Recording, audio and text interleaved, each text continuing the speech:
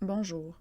Nous vous présentons aujourd'hui les éléments entourant la coévaluation par les paramédics et les infirmières de l'unité de soutien clinique au Centre de communication santé. Le ministère de la Santé et des Services sociaux a officialisé comme orientation ministérielle la mise en place de la paramédecine de régulation dans le préhospitalier suite au succès de plusieurs projets pilotes, notamment celui déployé au Centre intégré de santé et de services sociaux de la Montérégie-Centre. La paramédecine comporte deux composantes, le triage secondaire et la coévaluation. Le triage secondaire s'effectue en amont de l'assignation d'une ressource ambulancière pour les demandes identifiées non urgentes. Il consiste en une évaluation plus exhaustive de la condition et du besoin de l'usager. En Montérégie, cette étape est effectuée à l'aide du Emergency Communication Nurse System. Cet outil d'aide à la décision est le cousin et la suite logique du MPDS. Il est utilisé dans plusieurs pays, dont le Canada. Au Québec, Urgence Santé et la Montérégie l'utilisent. Il contient plus de 200 protocoles et soutient l'infirmière dans son évaluation. Le CCS reçoit une demande populationnelle.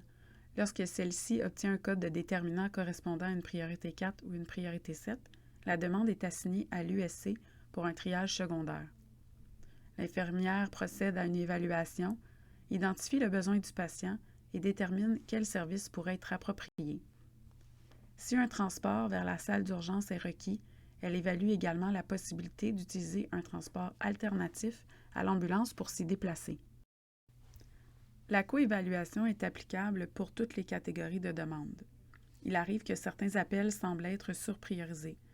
Il faut garder en tête que le MPDS est très sécuritaire, mais il est peu spécifique. Certaines demandes sont alors identifiées avec un risque plus élevé de dégradation jusqu'à preuve du contraire. L'arrivée d'un intervenant qualifié est justement ce qui nous permet de considérer la demande différemment. Afin de déterminer de l'admissibilité de l'usager, le paramédic s'appuiera sur son protocole de régulation par coévaluation autorisé par sa direction médicale. D'abord, vous recevez la carte d'appel du CCS.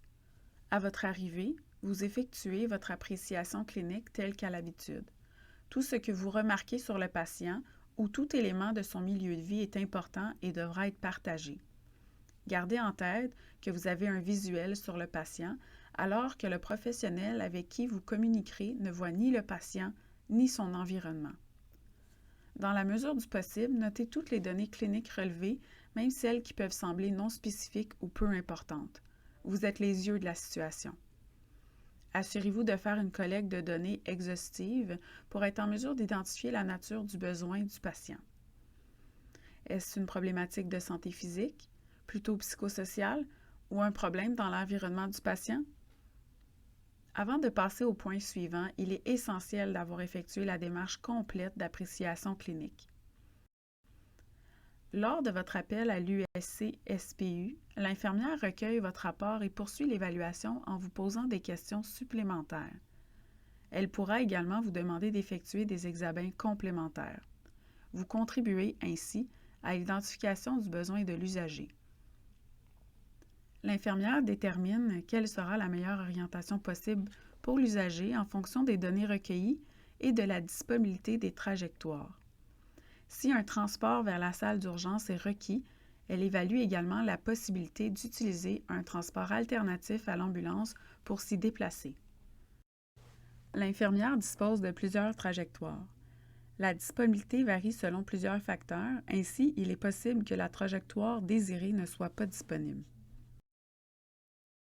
Les professionnels ont des rôles et responsabilités propres à leur profession.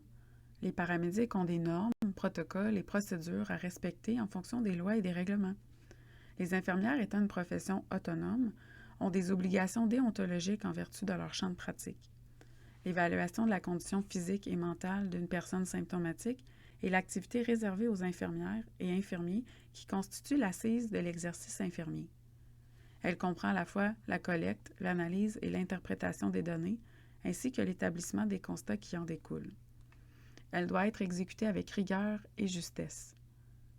Toute lacune dans l'une ou l'autre de ces étapes mène l'infirmière à une situation dans laquelle elle est susceptible de faire preuve de négligence dans les soins et traitements. La paramédecine de régulation via la coévaluation présente des avantages pour tous. Grâce à votre implication, la coévaluation des patients mènera à des retombées positives pour le patient, le réseau et les services ambulanciers. En réorientant les patients stables ailleurs dans le réseau, nous contribuons à désengorger le système de santé.